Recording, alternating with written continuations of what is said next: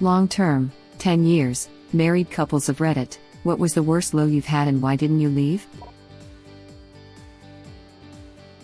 We have been married over 20 years and had a lot of stress and times when everything around us went wrong. But the lowest point was a time when there was nothing really wrong in our lives, but we grew apart, and each of us seemed to feel that the other person was the enemy. But we were able to work our way through it because I think we both knew it was the best option for us both. Do you have suggestions on how to detect/prevent that growing apart things? This is harder because it's not that obvious, right? 12,5 years relationship here.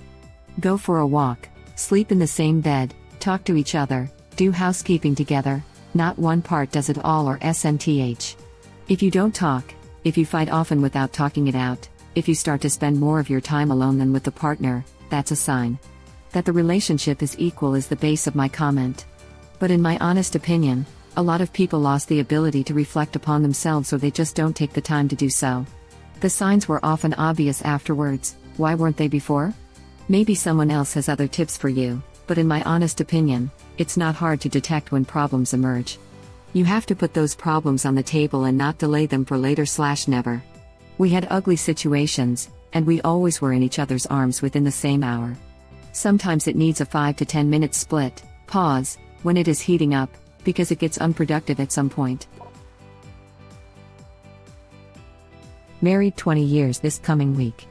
Lowest point was when we almost lost the house, and had to file bankruptcy. Our daughter was a toddler, my husband had lost his job. My job was not enough to carry everything alone. Money was tight for what seemed like forever. I was angry. He was angry.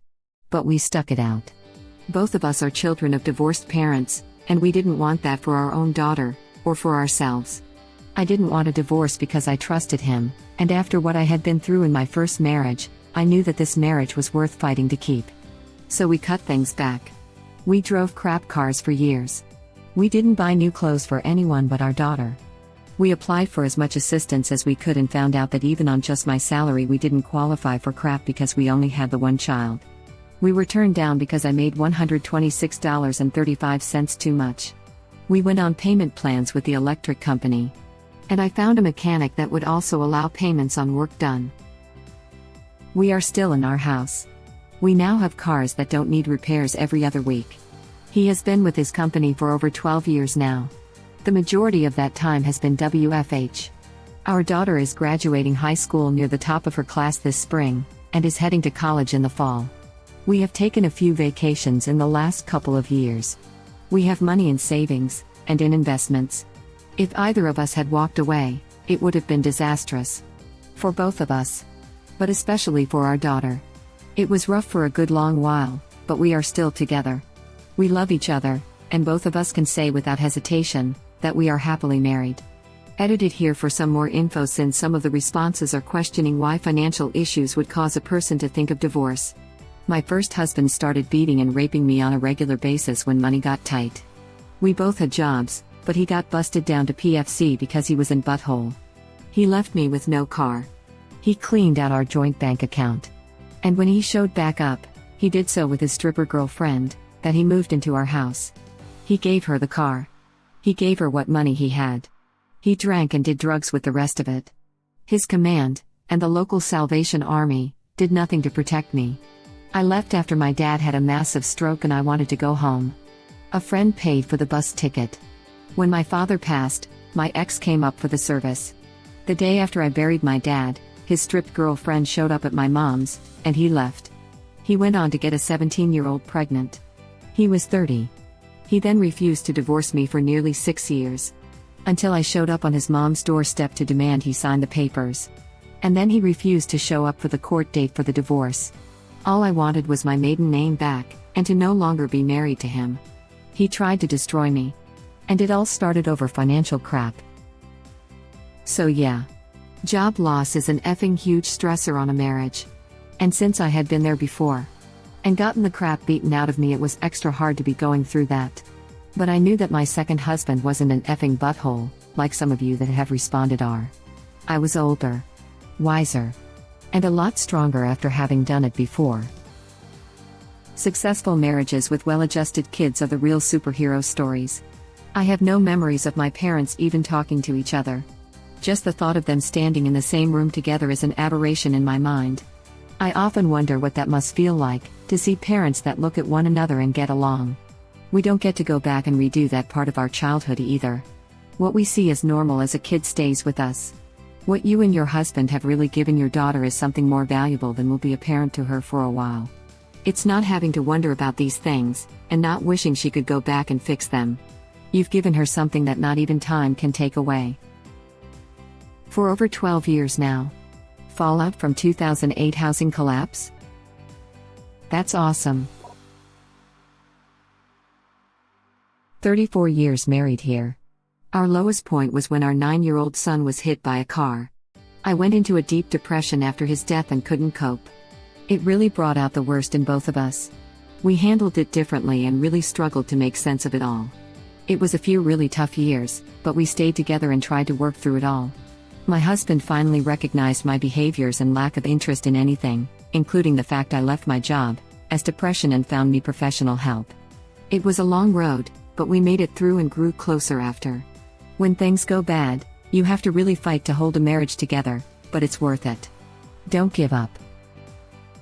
I'm so sorry about your boy. Thank you. It was a very hard thing to go through. We were already dealing with a sick child. Our oldest son had just had his 3rd open heart surgery, and had spent 6 months in traction and had 2 spinal surgeries after he had been internally decapitated. So, yeah, we were already struggling when the accident happened, and we lost our middle son.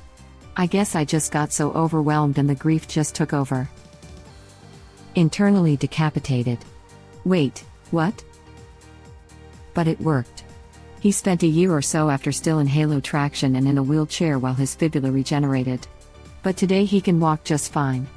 Honestly, reading that story made me terrified. I cannot imagine how it was for him or you. I'm really glad he is fine now. I left the Mormon church. For Mormons that frequently means divorce. Temple marriage and the priesthood are a big deal, and she assumed that if I was leaving the church it meant I was leaving her too. It was incredibly stressful. I had been pretending to believe since we got married, and I figured finally telling her all my feelings would actually make her leave me. After all, no more eternal marriage, broken covenants, inactive father to our children. How would she be treated by neighbors/family/other members, etc.? I was working 2 poor jobs at the time and in college. We were barely scraping by even with a good deal on our rent. I was always stressed, and often gone. Our families weren't supportive about my decision. Our neighbors judged. My wife was judged and pitied on every Sunday she went alone. I didn't leave her and I never planned to. She didn't leave me. My wife respected my choices, supported me, and ultimately she ended up leaving too, a few years ago now. I was at the lowest point I had ever been in my life due to the church, and leaving it was the best thing I ever did for myself. It will be 14 years married and 16 years together this year. We're happy, we're doing well, and our children are thriving. 21 years this July. I think it's a mix of good times and bad times. Honestly, the worst moments have been when money's been scarce. That brings the worst out of people. We actually separated once about 9 years ago. We were arguing nonstop and my wife ended up feeling trapped and decided to move out with our youngest. We got over it by working on ourselves and rekindling our relationship. Took several months to fix it. On my side, sometimes I too feel trapped for some reasons, like pulling too much weight at home, being the one taking care of more stuff than her, but in the end it's just stupid things. If I left I don't think I'd ever get what I have now. A marriage is not roses always. It takes a lot of effort, compromising, respect, and communication. And lots of sex, not joking. I could have written this, right down to 21 years in July. All I got from this thread is that marriage and long-term love is not easy. I'm saving this comment. F married to M for over 25 years. When my son was 10 he got diagnosed with a brain condition. I became obsessed with taking care of him. 3 years later he was diagnosed as stable and it was the first time I felt he wouldn't need surgery. That's when I realized how neglectful I had been to my husband. He was kind. He still loved me. But he thought I didn't love him anymore. We separated for a while, but every time I brought up divorce he would say no. I wanted him to move back, but he would say to give him time. We didn't talk for about 2 months. And then he contacted me, begging for my forgiveness. We began to date again. Eventually he moved back home. I'm telling the facts, but the emotions were flying high. While apart, we would talk for hours on the phone. We became closer and got to know each other really well again. It was a painful refresher class. I hope we never take each other for granted again. Painful refresher class, that's a good way of describing some relationship struggles. Married almost 14 years. Having babies was not good for our relationship. We had 3 kids in quick succession. My hormones were out of whack for about 5 years, and he wasn't great dealing with small kids. There were times when I was counting down the days until I could go back to work and save enough money to leave, and I caught him Googling divorce statistics and how to get a divorce. We worked through it. Even on our worst days, even when I wanted out, I just kept thinking how much I'd rather have him in my life than out of it. I don't know why he decided to stay. And even though 2020 was rough financially, he was laid off twice and I wasn't working much, it actually seemed to bring us closer. I'm so glad that we stuck it out. Things are never going to be perfect, but I'm very grateful to have him. I've been married 17 years now. I can truly say I have never felt that my marriage was on the ropes. I have moved in my marriage with this simple rule. When my wife comes to me with an issue, I take the time to listen to her issue and hold back any sort of well you do this or you do that. Anytime I would get offensive when she would bring up an issue that resulted in bigger and bigger arguments. This often led to fights. The simple truth is to allow each other the freedom to bring up things that bother each other without fear that it will get turned around on yourself. Married for 14 years this summer. About 2 years ago, I realized that while I was trying to pull my wife out of depression, I slipped into it myself. There was a lot of resentment over a specific decision she had made years ago without my knowledge or input that affected us both. That resentment boiled to the surface when she wanted to undo that decision, again without my input, but with my funding. This, coupled with months of non-stop arguing, culminated in a 2 hours long marriage counseling session where the counselor looked her in the eyes and told her that if I walked away he would understand completely. We have 4 kids. I wanted out of the relationship but couldn't find a way to do that without losing my kids or destroying their lives. I resigned myself to a life of depression and disappointment. After a year of that garbage, we got our crap together and really improved things. We were able to focus on us more than the kids for once, and things look stable right now. There are bumps in the road, but it has looked a lot of worse. We're coming up on 10 years and have had only a handful of arguments and verbal fights throughout our marriage, but the most prominent one happened right after he pinned on captain rank, 03, in the Air Force. When he was in 01 and 02, he had been crap on quite a bit by higher-ranked officers in his unit, so he himself began to adopt that power trip attitude as soon as he was promoted. I personally despise that kind of ego, especially in a partner, and the more I witnessed him treating other people rudely for no reason, the angrier I got. It came to a head when we were at one of the casinos in Vegas, and he started talking down to and belittling a cashier when she tried to explain why he couldn't cash in his chips at that particular window. I was so appalled and infuriated by his behavior that I snapped right there. Grabbed his cup of chips out of his hand and dumped them on the floor at his feet, snarling that he'd better pick them up to pay for a divorce lawyer because I was done with his crap. We had never, ever mentioned divorce before, and it was a bit of a taboo word for him because he was still traumatized by his parents' messy divorce right before we'd gotten married. So for me to bark it at him in public, which is so out of character for me because I never like to make a scene, was the wake-up call he needed. He was stunned and speechless. After a few awkward seconds, I muttered an apology to the cashier and headed back to our hotel room upstairs. It took another few minutes for him to follow me after retrieving all his chips, and by then we were both extremely upset with each other.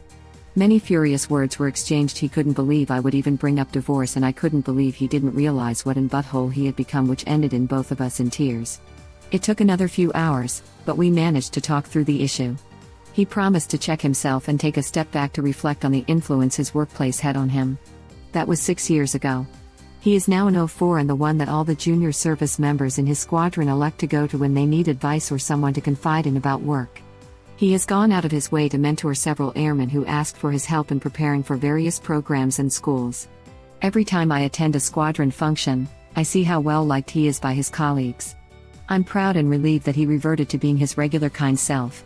Now whenever he has an asshat commander rotate into his group's chain of command, I quietly point out that could have been him if he had continued along the path of douchebaggery, and it makes him shudder. Married 24 years now. 15 years ago, my depression got bad. Usually it manifests as dark humor and swearing. That time, it was fury, frustration and vicious emotional aggression. My wife put up with it for a year. I remember my then young son asking, "Are you angry again?" with such a sadness that it tore at my heart, and reinforced to me that I was worthless, not helping the depression. I was never physically abusive, but I'm ashamed now at the brutal pleasure I felt when she cried. Finally, I listened to my wife and talked to my doctor. They eventually got my meds right, or anyway close enough that I was back in my right mind. We stayed together because my wife is stronger than you would believe, and she knew that her real husband was hidden under all that cruelty. She kept us together. I've been grateful ever since. I was honestly scrolling through here to see if any posts said anything about how the couple managed to work out infidelity, but there isn't any. Wanted to take a moment for anyone reading, don't cheat. Thank you for watching. Please subscribe to be the first to know about Red Rabbit Reader's new videos. If you like our videos, please like them on YouTube and share them with your friends. We welcome your comments below. Press to start another of our videos.